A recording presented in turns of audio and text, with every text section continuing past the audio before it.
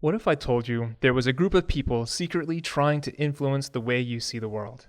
That every time something unconsciously caught your eye or demanded your attention, there was someone intentionally pulling your strings and manipulating you. Is this some kind of conspiracy? Not at all.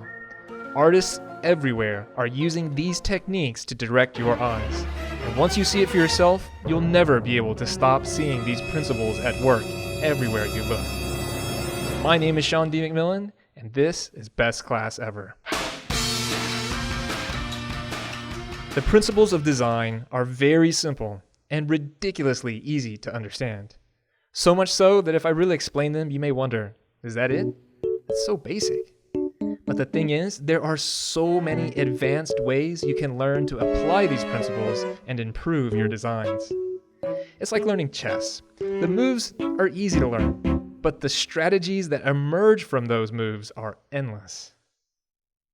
The principles of design are balance, contrast, emphasis, movement, rhythm and patterns, scale and proportion, unity and harmony, positive and negative space, framing, and we'll throw in alignment.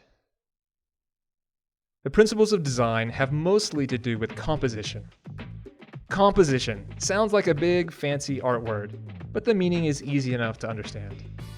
Composition is the way that the major shapes are arranged within the frame. Composition is a key aspect of any great piece of visual art, an aspect that artists can see and look at, but is often invisible to people who don't know art.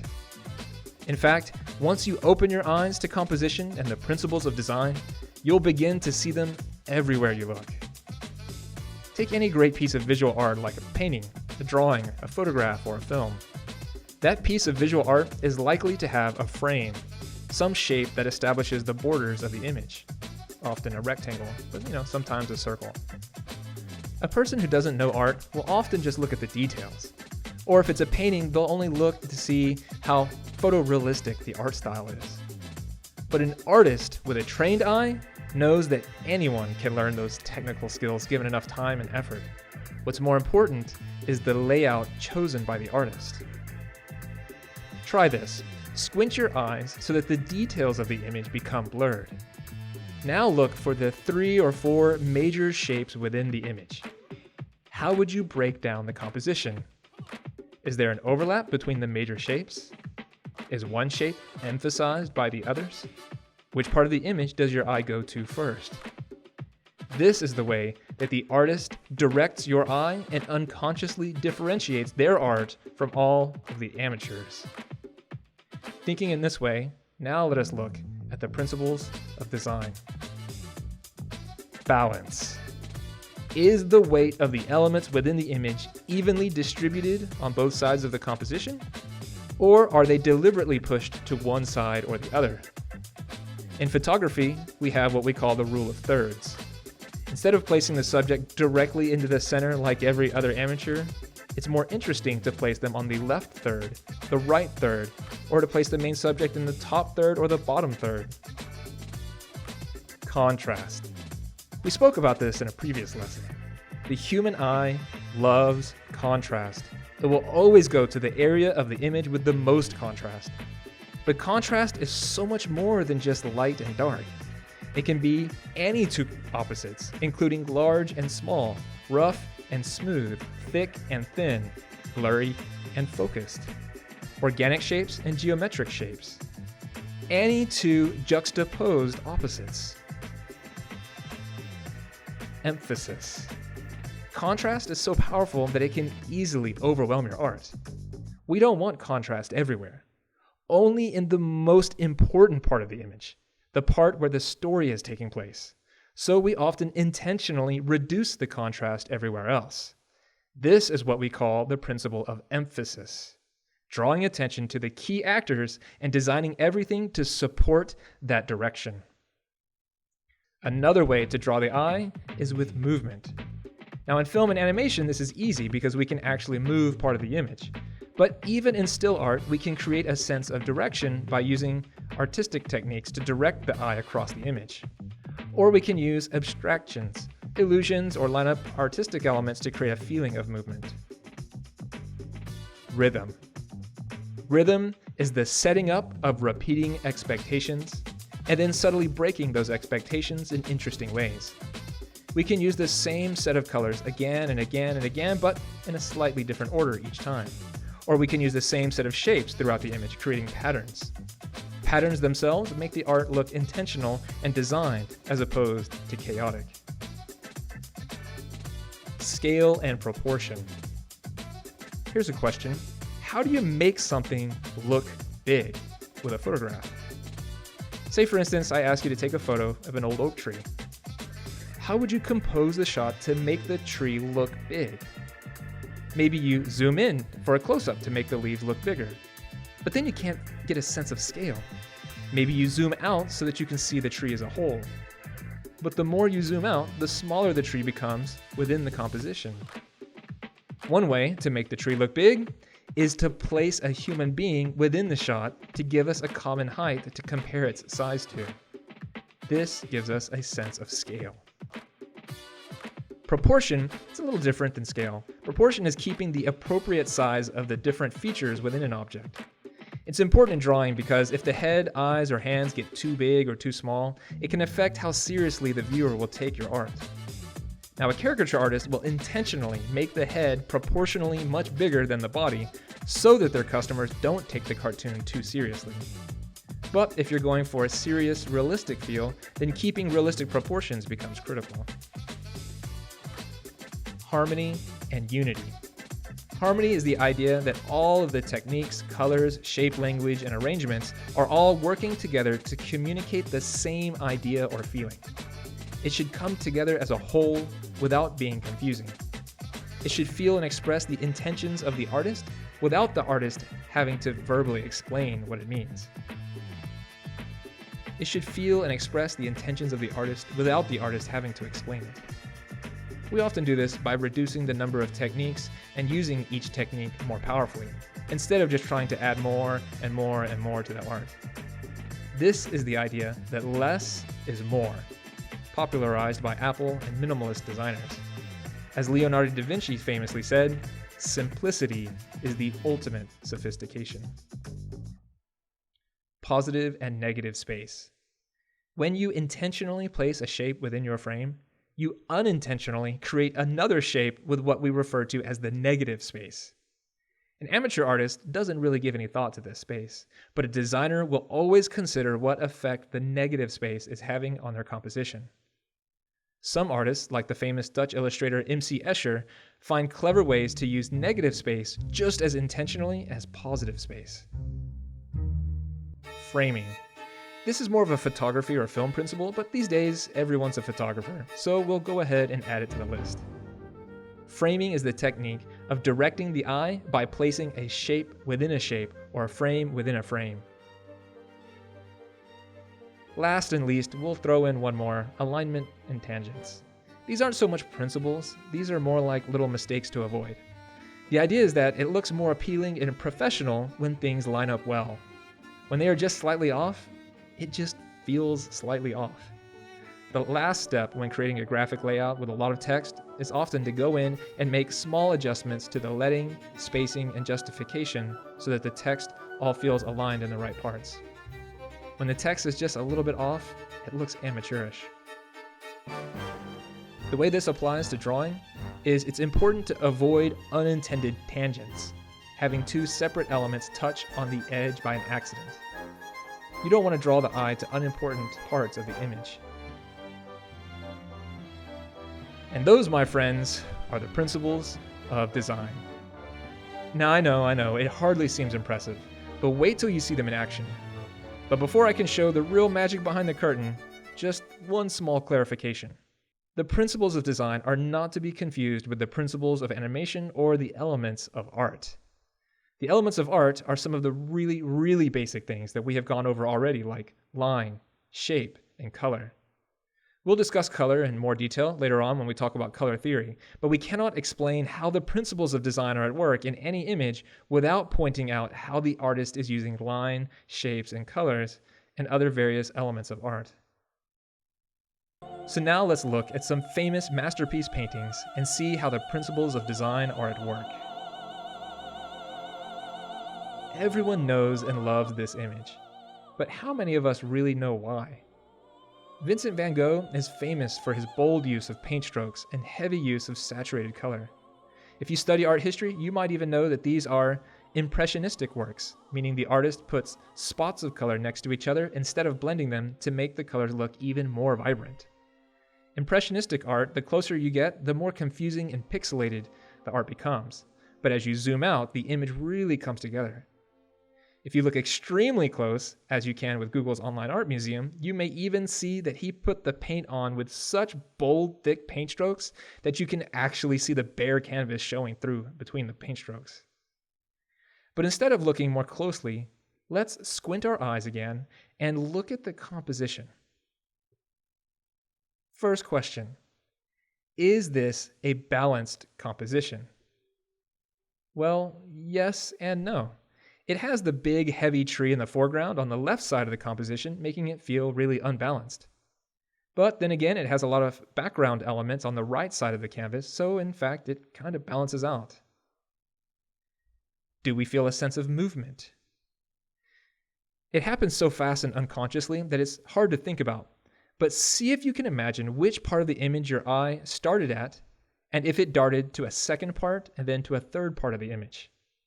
If I had to guess, I would say that your eye enters the image from the top left, then moves across to the top third, and then is directed into these swirls. Your eye can almost dance from one swirl to the next. Then the background directs your eye to the foreground, which then directs it back into the sky.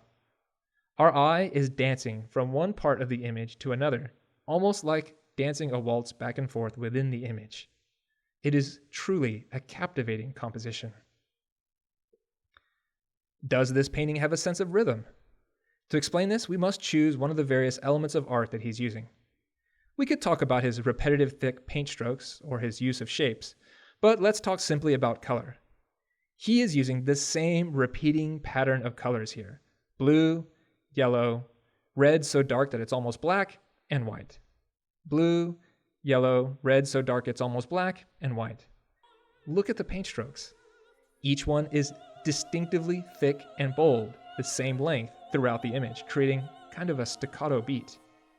But those strokes all change slightly in direction, swaying one direction and then the other. How is he employing scale and proportion? This image has a very wide depth of field created by the difference in scale between the foreground's huge dead tree and the background's small church steeple. We all know relatively how large a church or a mountain should be, which gives us a very strong sense of scale.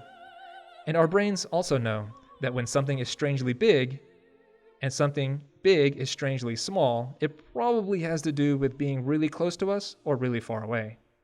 We can use this illusion to create depth of field between the foreground and the background. Does it feel harmonious? Everything here comes together to create a very specific feeling. But like music, it articulates a feeling that is hard to express with words. Emotional experiences are often like this. The feeling and the mood is so specific, yet there are no words to articulate it. Emotional experiences are best expressed through art. Let's take a look at one more masterpiece, but one from the other side of the world. This is the famous Japanese print, The Great Wave of Kanagawa. Again, this is such an iconic image, but how many of us really know why? It's even a common emoji, but there are countless great Japanese prints. So why does this one persist? If we look at it through the lens of the principles of design, we can easily identify what truly makes this a masterpiece. Let's look at its composition. So again, same first question. Is this composition balanced? Well, it is definitely unbalanced. But actually, it can feel very balanced as well. Again, this is a masterpiece, so somehow the artist has managed to pull off both extremes simultaneously. The key shape here is the wave, which dominates the left side of the composition. The boats, dotted with skull-shaped sailors, are all cowering in fear as their shapes point up at this domineering force of nature. It is terrifyingly unbalanced. Even Mount Fuji, the famous volcanic mountain, is depicted very small in the background, giving this tsunami an even bigger sense of scale. It would be easy to talk about rhythm in the same way that we spoke about Starry Night. Again, it uses actually very few colors, but it uses them repeatedly. But what's really fascinating about this image is it is the perfect visual metaphor for the Eastern philosophy of yin and yang. The forces of chaotic nature are perfectly in balance with the more peaceful aspect of this scene. This is expressed not in the details, but in the composition. To see the composition without being distracted by the contrast and details, again, let's squint our eyes and find how the biggest shapes are arranged within the frame. Can you see it? If I were to draw it out, I would draw it like this. And if I were to put a circle around the middle, you would clearly see a yin and yang, just like the symbol you see in the South Korean national flag. The reason this composition feels so balanced, despite being terrifyingly unbalanced, is the composition is perfectly balanced and centrifugally symmetrical in terms of positive and negative space. So much so that even if I turn the image around 180 degrees upside down, the basic composition doesn't change.